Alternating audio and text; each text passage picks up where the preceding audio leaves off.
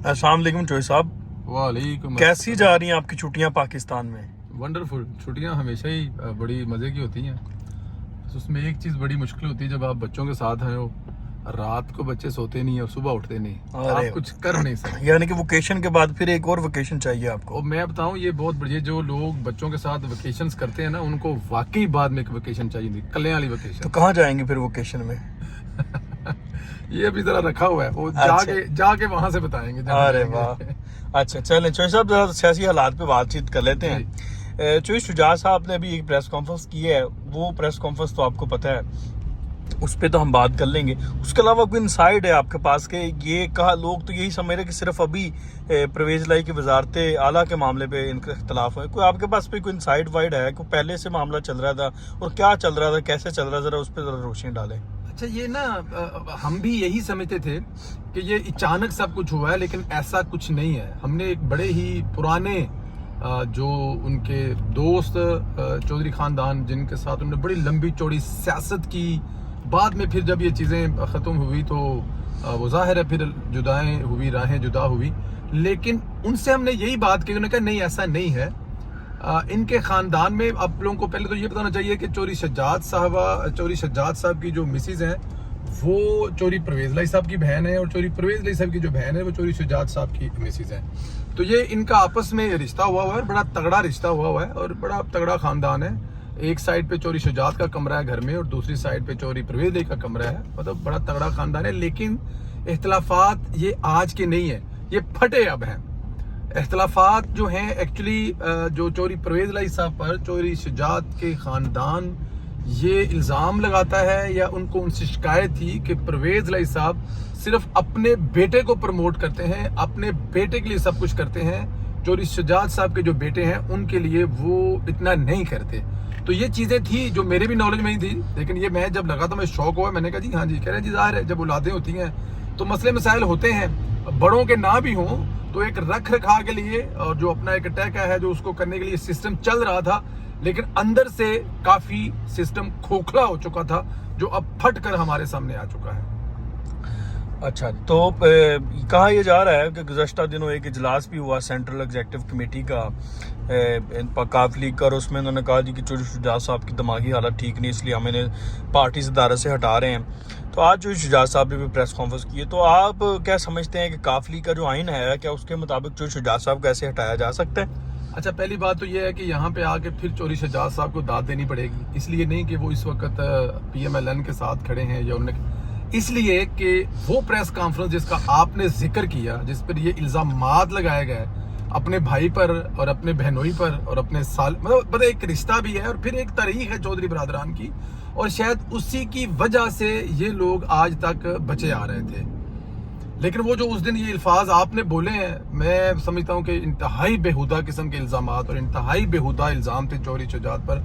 लेकिन आज चौधरी शुजात साहब अभी भी प्रेस कॉन्फ्रेंस करके ये कह रहे हैं कि हाल ही कुछ नहीं गया, तू वापस घर आ जा, तेनों से उड़ीकने पे हैं। उन्होंने आज भी कोई ऐसी बात परवेज लाई के खिलाफ नहीं की।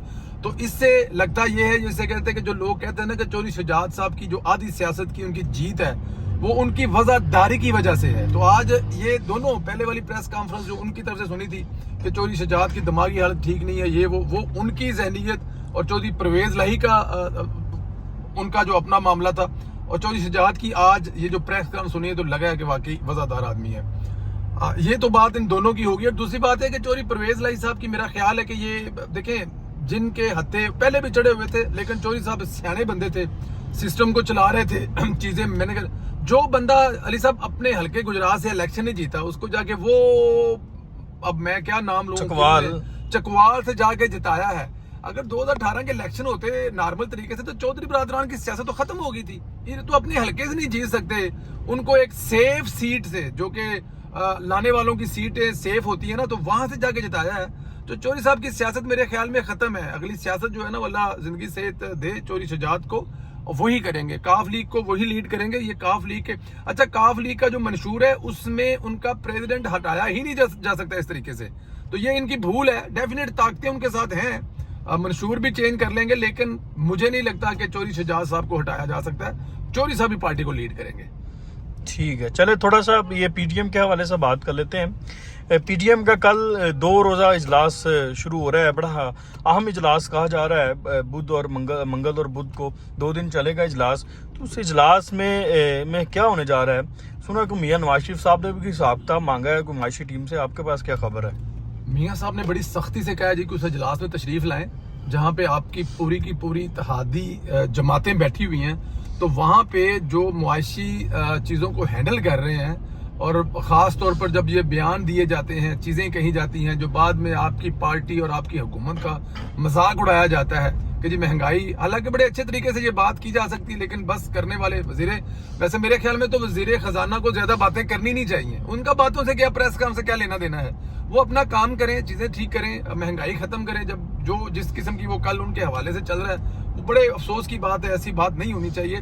मियां साहब ने बुलाया जी कि वहां पे अपना सारा हिसाब किताब लेके आए, जब से आपने हुकूमत ली है और अब तक मुझे हिसाब दें कि अब तक आप लोगों ने किया क्या है। और ये काफी मुश्किल होगा इस वक्त जाके ये बताना, क्योंकि जी मतलब डेफिनेट जब ये हुकूमत में आए थे तो कोई अहमियत नहीं आ गए ना हिसाब किताब। आप देखें ना, को आप काम कारोबार कोई भी चीज लेते हैं तो उसके सारी चीजें ठोक बजा के लेते हैं ना सर। ये तो नहीं है कि आप पैसे पूरे दें और सिलाई नहीं कपड़ों की हुई और जेब उसमें वो मतलब लगी नहीं हुई सलवार कमीज में, या उसके पांचे जो अभी तक फिनिश नहीं हुए और आप पैसे पूरे दे के आए, ऐसा तो नहीं होता ना। तो ठोक बजा के जो हुकूमत ली थी, या जाहिर है इतने बड़े बड़े नाम, इतनी बड़ी बड़ी PMLN के अंदर दिमाग बैठे हुए हैं। वो कहते ये हैं कि जी सिर्फ पाकिस्तान मुस्लिम लीग नून ही एक ऐसी जमात है जिसके पास कोई मुआशी टीम है और किसी के पास वजीर खजाना नहीं है। तो अब वो जमात जिसके पास वजीर खजाना भी दो हैं, उनका हिसाब देने का वक्त आ गया है कि वो मियां साहब ने बुलाया जी आके मुझे हिसाब दें। क्योंकि लोगों की जो चीखें निकल रही है ना, लोग ये नहीं कहेंगे कि ये इमरान खान कर गया, या ये नहीं कहेंगे क्योंकि आप नए आए हैं। लोगों ने आपको इसलिए एक्सेप्ट किया था कि आपने हमेशा चीजें ठीक करके दी थी। तो कल मियां साहब बड़ी सख्ती से अपनी टीम को वहां पे बुलाया है और उनसे हिसाब मांगा है। अब देखें हिसाब मांगने के बाद अगर वो हिसाब नहीं दे सकते जो मियां साहब चाहते हैं, या मियां साहब ने जो 3 महीने को टारगेट दिया था, अगला स्टेप क्या होता है मियां साहब का वो अल्लाह बेहतर जानता है। लेकिन उन्होंने कल बुला लिए हैं कि आओ और हिसाब दो, अवाम जो रो रही है इसको अभी तक क्यों हैंडल नहीं किया जा सका। और इसके अलावा इजलास में कहते हैं कि फैसला होने जा रहा है इमरान खान के हवाले से। इमरान खान के हवाले से जो कुछ फैसले होने जा रहे हैं जी, ये जो एक तो इनकी जो वो बकरा हलाल करने वाली जो बात है ना, अभी आपके एक जगह पे हुई। उन्होंने कहा जी कि आप एक बकरा ले लें और उसके जिस्म पर कट लगाएं और वो जोर जोर से चीखे चलाए, उसकी बांगे निकलें, उसको तकलीफ हो। और दूसरा तरीका कार है कि उसको एक ही दफा हलाल कर लो। अब इमरान खान का वो हाल जो है ना, वो बकरे वाला करने जा रहे हैं कि कभी उसके यहाँ पे जख्म लगाएंगे, कभी वहां जख्म लगाएंगे। एक तो ये है कि जनाब उनका ये जो 11-11 सीटों का सेट है ना, वो उनको वो करते जाएंगे कि जैसे ही वो थोड़े से इलेक्शन के नजदीक जाएंगे तो 11 इस्तीफे और कबूल कर लेंगे, ताकि उनमें से 11 में वो इलेक्शन लड़ने जाएं तो जैसे ही इलेक्शन अनाउंस हो तो उसके बाद अगले फिर 11 एक्सेप्ट कर लीजिए। अच्छा जी, हाल पिछले नहीं पूरे, अगों फिर रोड़ा पै गया। दूसरा ये जो उनके इमरान खान साहब को केसेस वगैरह है ना, उन केसेस पर अमल दरामद या उन पे मुकदमे दर्ज करने के बारे में बड़ा सख्ती से अंदर एक मौक़िफ़ अपनाया जा रहा है कि इमरान खान का वही हाल करें जो ये हमारा करता रहा। इस तरह अगर हम करते रहे तो इमरान खान आप लोगों को नहीं जीने देगा। तो आने वाले दिनों में आप इमरान खान साहब, उनकी फैमिली और उनके वो जो करीबी अजीज दोस्त जिन्होंने इमरान खान के दौरे हुकूमत में माल बनाया, उनके खिलाफ आपको मुकदमे बनते नजर आएंगे। ये बड़ी इनसाइड खबर है और इसमें बड़ी और अच्छा मैं कुछ इत्तेहादी जमातें खासकर मौलाना फजल मान साहब बड़े सख्ती से इसमें है कि अगर आप ये नहीं करेंगे तो बड़े मसले मसाइल हो जाएंगे। तो ये बहुत आने वाले दिनों में आपको इमरान खान साहब रगड़ा लगते हुए नजर आएंगे। बहुत शुक्रिया चोई साहब।